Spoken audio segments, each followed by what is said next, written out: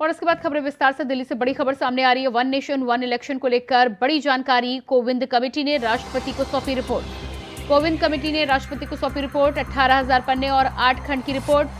पूर्व राष्ट्रपति रामनाथ कोविंद है कमेटी के अध्यक्ष। राष्ट्रपति द्रौपदी मुर्मू को सौंपी गई रिपोर्ट। राष्ट्रपति द्रौपदी मुर्मू को सौंपी गई रिपोर्ट। कोविंद कमेटी ने राष्ट्रपति को सौंपी रिपोर्ट। दिल्ली से इस वक्त की अहम जानकारी। वन नेशन वन इलेक्शन को लेकर अहम जानकारी। कोविंद कमेटी ने राष्ट्रपति को सौंपी रिपोर्ट। कोविंद हैं कमेटी के अध्यक्ष।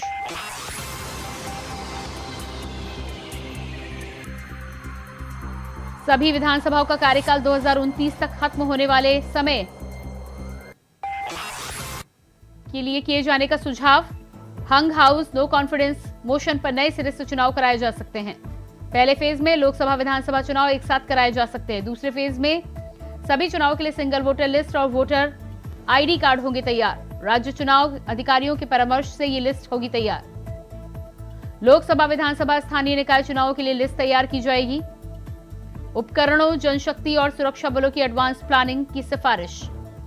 सभी विधानसभाओं का कार्यकाल 2029 तक खत्म होने वाले समय के लिए किया जाता है। हंग हाउस नो कॉन्फिडेंस मोशन के लिए नए सिरे से चुनाव कराए जा सकते हैं।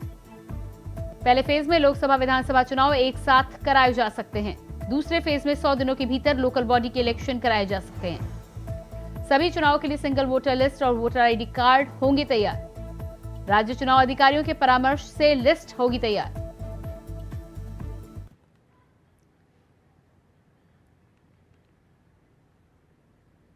तो 18,000 पन्ने और 8 खंड की रिपोर्ट पूर्व राष्ट्रपति रामनाथ कोविंद ने सौंप दी है। राष्ट्रपति को सौंपी गई है रिपोर्ट। दूसरे फेज में 100 दिनों के भीतर लोकल बॉडी से दूसरे इलेक्शन कराए जाने को लेकर सिफारिश। और इसी खबर पर दिल्ली से हमारे साथ संवाददाता अजीत कुमार लाइव जुड़ चुके हैं। जी अजीत, जिस तरह से पूर्व राष्ट्रपति रामनाथ कोविंद ने राष्ट्रपति को अपनी रिपोर्ट सौंप दी है, 18,000 पन्ने की और 8 खंड की रिपोर्ट बताई जा रही है और तमाम तरह के सुझाव इस पर दिए गए हैं।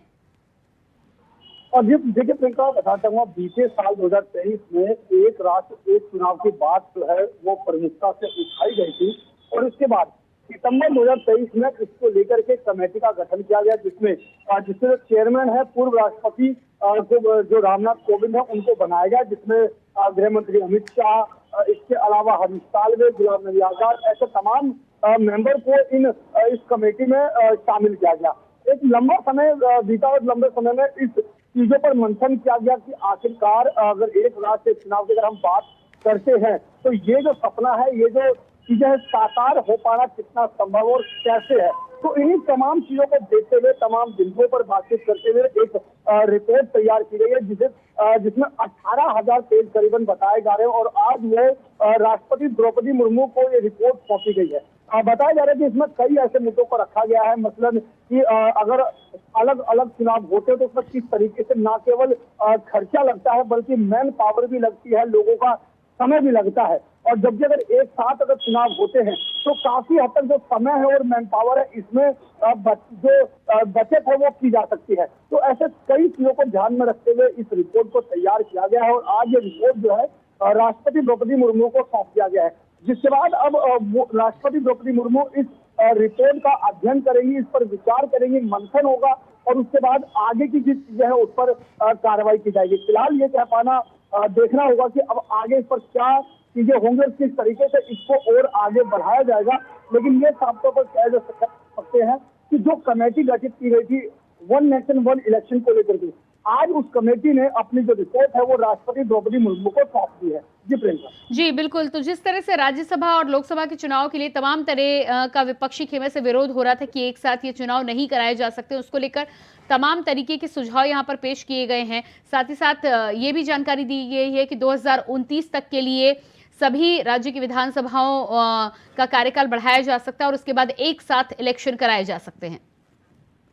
देखिए बिल्कुल ये वास्तविकता में है कि जिस तरीके से जितना इस पर बात करना आसान है उतना ही इसे इम्प्लीमेंट करना बहुत मुश्किल है, क्योंकि आमतौर पर देखा जाता है कि देश के विभिन्न राज्यों में हर साल किसी न किसी राज्यों में विधानसभा चुनाव होते हैं ऐसे में हर विधानसभा का जो समय है वो अलग अलग समय होता है। कभी किसी साल में कोई विधानसभा भंग हो रही, कभी किसी में। तो इस तरीके से जो अलग अलग चुनाव हो पाना और उसको एक साथ वन नेशन वन इलेक्शन के तहत एक साथ तमाम जो राज्यों के चुनाव कराना और उसके बाद लोकसभा एक साथ कराना, वो उतना ही कठिन है। अब ऐसे में देखना होगा कि आखिरकार ये जो सुझाव इसमें रखे गए हैं, तो 2019 तक की जो बातें की जा रही, किस तरीके से इसको न केवल इस पर बातें रखनी है बल्कि किस तरीके से इसको इम्प्लीमेंट किया जाएगा, ये बहुत देखने वाली बात होगी। और शायद इसी का परिणाम है कि अब कहीं ना कहीं विपक्षी क्षेत्र में इसको लेकर के जो चर्चाएं हैं वो एक बार फिर से तेज होने लगी है।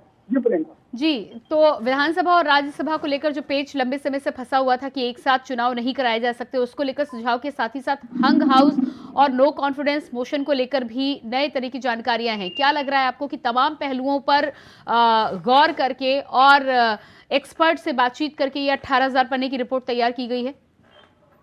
देखिए प्रियंका, बिल्कुल कहीं ना कहीं कहा जा सकता, क्योंकि जो कमेटी थी, कमेटी में कई ऐसे जो प्रतिष्ठित विद्वान लोग थे जिन्होंने अपने अपने तथ्यों के आधार पर, अपने अपने अनुभव के आधार पर इस चीज पर तमाम चीजों का मंथन करके ये जो पूरी रिपोर्ट है वो तैयार की है। अब ये रिपोर्ट राष्ट्रपति द्रौपदी मुर्मू को सौंप दी गई है। वो इस रिपोर्ट को का अध्ययन करेंगे, उस पर मंथन होगा।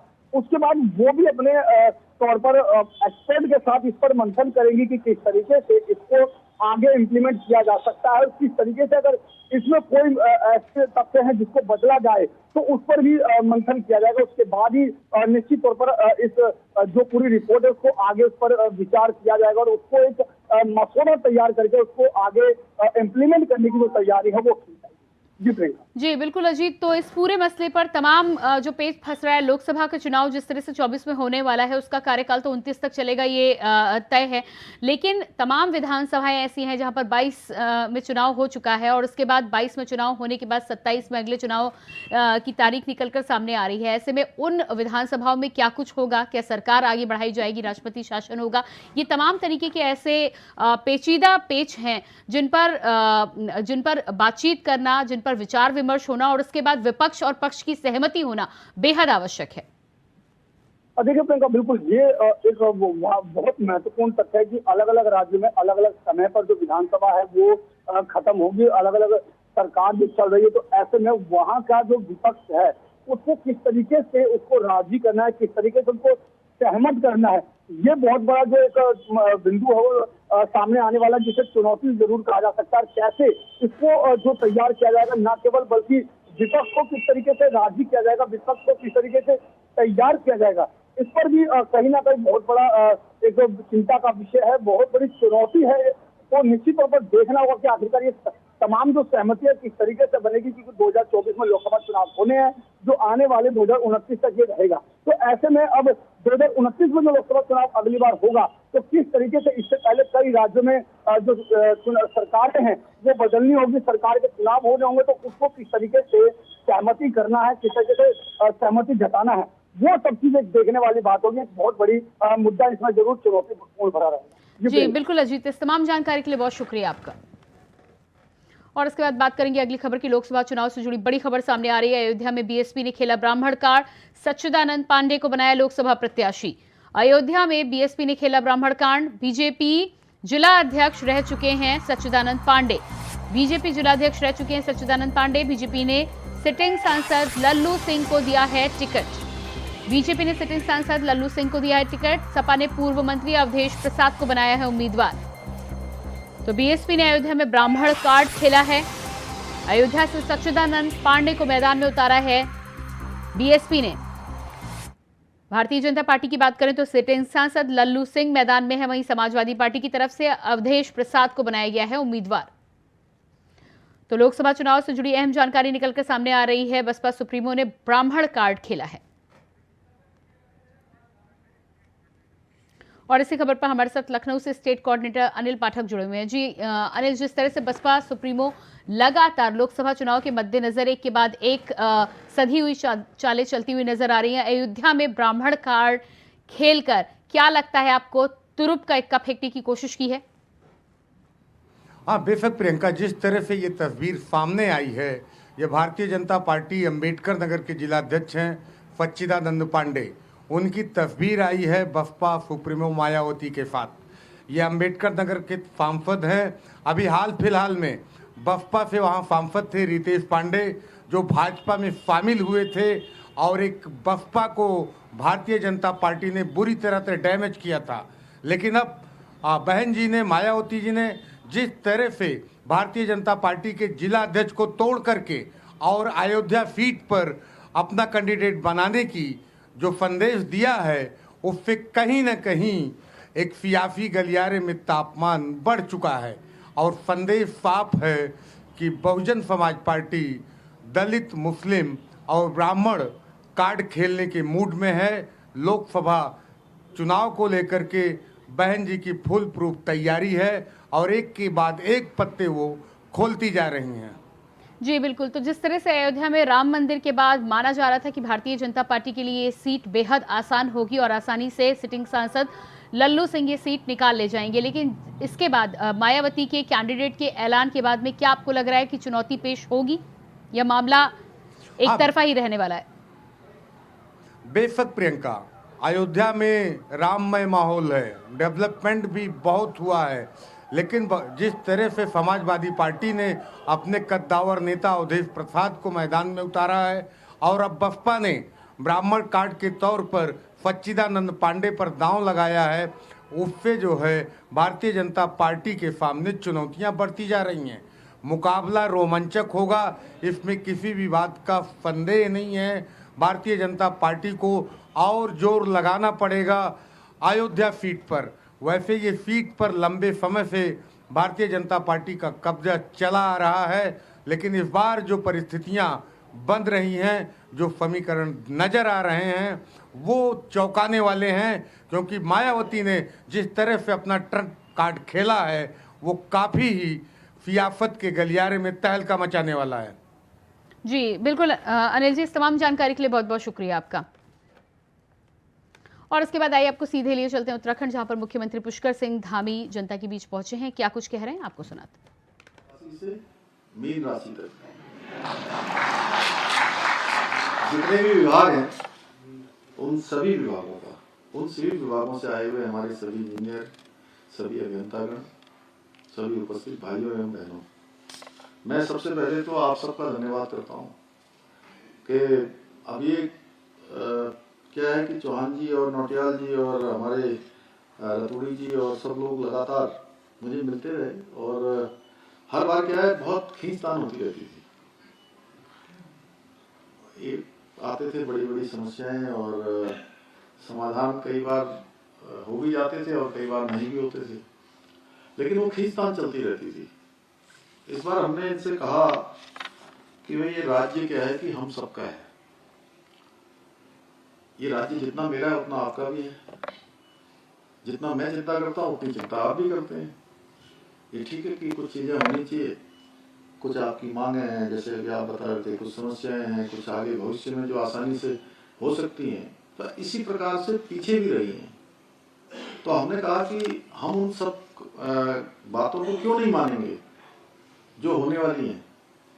तो बात करते हैं, लगातार बात चलती रही, कई महीनों बात चली ना रतूड़ी जी, को भी लगातार बात हुई और काफी सारी बातें हो गई।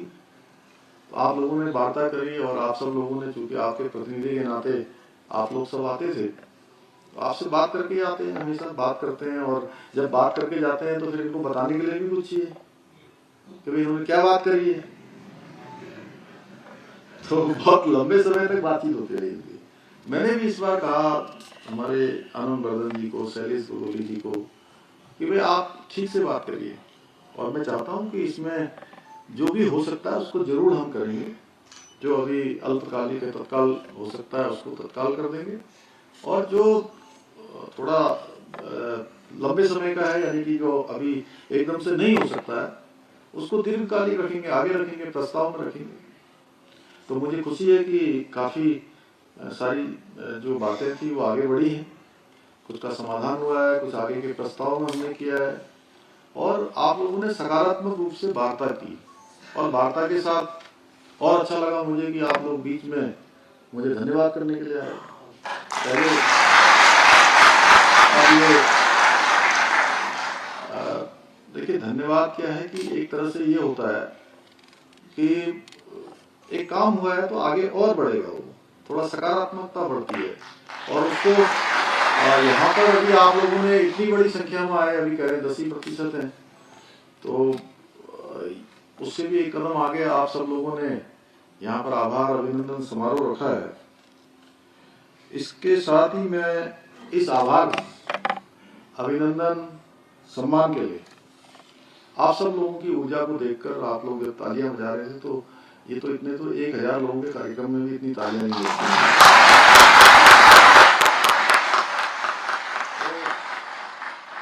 तो इसके लिए मैं आप सभी का अपनी ओर से आभार व्यक्त करता हूँ, आप सबका धन्यवाद करता हूँ। और ये सम्मान सिर्फ मेरा सम्मान नहीं है, ये सम्मान आप सब लोग का, हमारे डिप्लोमा इंजीनियर महासंघ के हर एक सदस्य का सम्मान है, हर एक सदस्य का सम्मान। भाइयों बहनों, हम सभी बहुत ही खुशनसीब हैं कि हमारे पास बड़ी संख्या में उत्तराखंड के अंदर बहुत ही कुशल और कौशल से परिपूर्ण हमारे इंजीनियर हैं, जो आज प्रदेश की और राष्ट्र की जो समृद्धि है उसके निर्माण में अपना बहुत उल्लेखनीय जो योगदान है वो दे रहे हैं। और मैं सच कहूं तो आप लोग हमारे जो प्रदेश की रीढ़ हैं, आप बिल्कुल उसके आधार स्तंभ हैं। देखिए, आज मैं थोड़ा कहना भी चाहता हूं, क्योंकि आप मेरा सम्मान करने के लिए आए हैं, हम सब लोग एकत्र हुए हैं और मेरे लिए भी एक अवसर है। हालांकि आज मेरे पास समय बहुत कम था चौहान जी, आप लोगों ने कहा कि मिलना है, तो मेरा भी मन था कि आप लोगों से इतने सामूहिक रूप से मिलूं और आप सबके माध्यम से हमारी जो बात है सब तक पहुंच जाए। आज कुछ चुनौतियां भी हमारे सामने हैं कि उन चुनौतियों पर भी हम ही लोगों को काम करना है। जो हमारी निर्माण इकाइयां हैं, अनेक नए पुनर्निर्माण के काम, आधारभूत ढांचे को बनाने का काम, इंफ्रास्ट्रक्चर डेवलपमेंट के सारे काम, आप सब लोग उसके मुख्य बिंदु हैं, आप लोगों से वो शुरू होता है। तो हमें जो प्रदेश के बारे में हमारे प्रधानमंत्री जी ने भी अनेक अवसरों पर ये कहा है, और सबसे पहले केदार धाम से उन्होंने कहा था कि ये जो 21वीं सदी का तीसरा दशक है, ये उत्तराखंड का दशक होगा। तो आज आप देख रहे होंगे, अभी चौहान जी बोल रहे थे, बड़ी अच्छी बात इन्होंने कहा कि ऐसी बहुत सारी परियोजनाएं हैं जो दशकों से, कई दशकों से, 1-2 दशक नहीं, 4-4 दशक से अपनी स्वीकृति की प्रतीक्षा में थी। चाहे आज हम लपाड़ जो हमारा बन रहा है, लपाड़ प्रोजेक्ट की बात करें, 4 दशक से भी ज्यादा समय हो गया, या जमरानी की बात करें, पता नहीं, मैं बहुत छोटा था तब तक सुनता था जमरानी बनने वाला है, जमरानी बनने वाला है, और सुनते रहे और बन नहीं पाया। मुझे भी उस समय कहाँ मेरे भी ध्यान में रहा होगा कि ये सौभाग्य जो है हमारे प्रधानमंत्री जी के कालखंड में, हमारे ही समय में जब मैं मुख्य सचिव होऊंगा, उस समय ये जमरानी दाब बनेगा।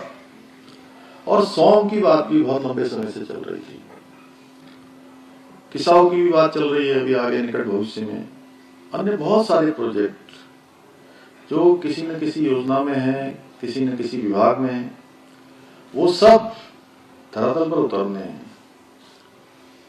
इतने सारे विभाग हैं हमारे, डिप्लोमा इंजीनियर महासंघ सभी विभागों में हमारे काम करते हैं, तो उनकी अच्छी जो गुणवत्ता है वो होना बड़ा जरूरी है, क्वालिटी का होना जरूरी है। जैसे मैं एक बात और कहता हूँ आप लोगों की मीटिंग में ही, और जो बड़ी मीटिंगें होती हैं उसमें मैंने हमेशा कहा कि आप अपनी डीपीआर थोड़ा बढ़ा लीजिए, लेकिन काम को कम मत करिए। काम को जो है, काम की गुणवत्ता से कोई समझौता मत करिए। मैं अभी मुंबई गया था, तो मेरी कोशिश होती है कि जहां पर हमारे सरकारी गेस्ट हाउस हैं, अतिथि गृह हैं, उन्हीं में रुकूं, होटल में कम से कम रुकना पड़े। तो नवी मुंबई में हमारा उत्तराखंड सदन बना हुआ है। अब मैं सवेरे उठकर 6 बजे मैं नीचे आया तो मैंने कहा थोड़ा घूमता हूँ तो देखता हूँ, तो पीछे की तरफ गया तो वहाँ देखा कि उसमें जो है थोड़ा नीचे की तरफ वो बैठ रहा है उसका पीछे से। तो मैंने कहा ये क्या हो गया? तो बोले साहब इसमें जो है वो कुछ नीचे धंस गया है, कई करोड़ खर्च करने के बाद वो धंस गया है। अब मैंने कहा ट्रीटमेंट होगा, कितना पैसा लगेगा? बोले 5-7 करोड़ रुपया और लगेगा इसमें। तो ये बड़ी मतलब थोड़ा विचित्र स्थिति है और बड़ा सोचने का विषय है। ये मेरे मन में आया, मैंने कहा कि चलो अभी तो इसको करवाओ, लेकिन मैंने सोचा था कि किसी दिन आप सबके बीच में जरूर इसकी चर्चा करूंगा। ऐसे ही मैं लखनऊ जाता हूँ तो लखनऊ में जो हमारा उत्तराखंड का जो भवन बना हुआ है वो भी बिल्कुल कोई पंगा बड़ा है, कोई छोटा है, कहीं पानी रुक रहा है, कहीं रुक रहा है, कहीं से मच्छर अंदर आ रहे हैं। अरे इतना पैसा खर्च हो जाता है। आप देखिए ज्यादातर सरकारी गेस्ट हाउस जो पुराने बने हुए हैं, चंपावत का जो सर्किट हाउस बना हुआ है, मैं अक्सर जाके उसी में रुकता हूँ। तो मैंने कहा उसको थोड़ा ठीक करवाइए। और भी जगह पर जहाँ भी हमारे सरकारी भवन बने हुए हैं, गेस्ट हाउस बने हुए हैं, बड़ी बड़ी बिल्डिंगें बनी हुई हैं, वो अच्छी बननी चाहिए, क्योंकि प्रधानमंत्री जी के मुंह से निकले हुए शब्द उनके शब्द नहीं है, वो भगवान शिव के दरबार में निकले हैं, बाबा केदार के यहाँ निकले हैं। तो भगवान की इच्छा है कि ये जो दशक है ये हमारे उत्तराखंड का दशक होगा। तो हम सब की जिम्मेदारी है कि हम इस दशक को उत्तराखंड का दशक बनाएं और उसमें अपना योगदान दें। बहुत सारे क्षेत्रों में हम लोग काम कर रहे हैं। अभी आपने देखा होगा यहाँ पर इन्वेस्टर ग्लोबल समिट हुआ देहरादून में, और इन्वेस्टर ग्लोबल समिट में हम शुरू में जब हमने इसको प्रारंभ किया तो हमने सोचा था कि ये 2-2.5 लाख करोड़ रुपए तक भी हो जाएगा तो बहुत बड़ी बात है। और मेरे मुंह से अनायास ही निकल गया एक दिन कि नहीं, हम 2.5 लाख करोड़ से ज्यादा के एमओयू करेंगे। तो एक मेरे किसी मित्र का मुझे फोन आया कि आप थोड़ा कम बोलते हैं, ज्यादा बोलने पर आप विश्वास कम करते हैं, लेकिन आपके मुंह से निकल गया 2.5 लाख करोड़, ये तो बहुत ज्यादा राशि है, ये संभव तो हो नहीं पाएगा। आपने बोल दिया, ये तो बड़ा आपकी जो एक जिस प्रकार से लोग आपको समझते हैं कि आप जो बोलते हैं करते हैं। तो मैंने कहा भाई आप तो बोल दिया है तो भगवान इसको पूरा करवाएंगे। प्रातःकाल उन्होंने मुझे अखबार देखा होगा तो फोन किया, तो देखिए भगवान की भी कृपा हुई, हमारे प्रधानमंत्री जी भी आए। तो आप सुन पा रहे थे उत्तराखंड से मुख्यमंत्री पुष्कर सिंह धामी को। और इसी के साथ फिलहाल इस बुलेटिन में इतना ही। खबरों का सिलसिला जारी रहेगा। नमस्कार।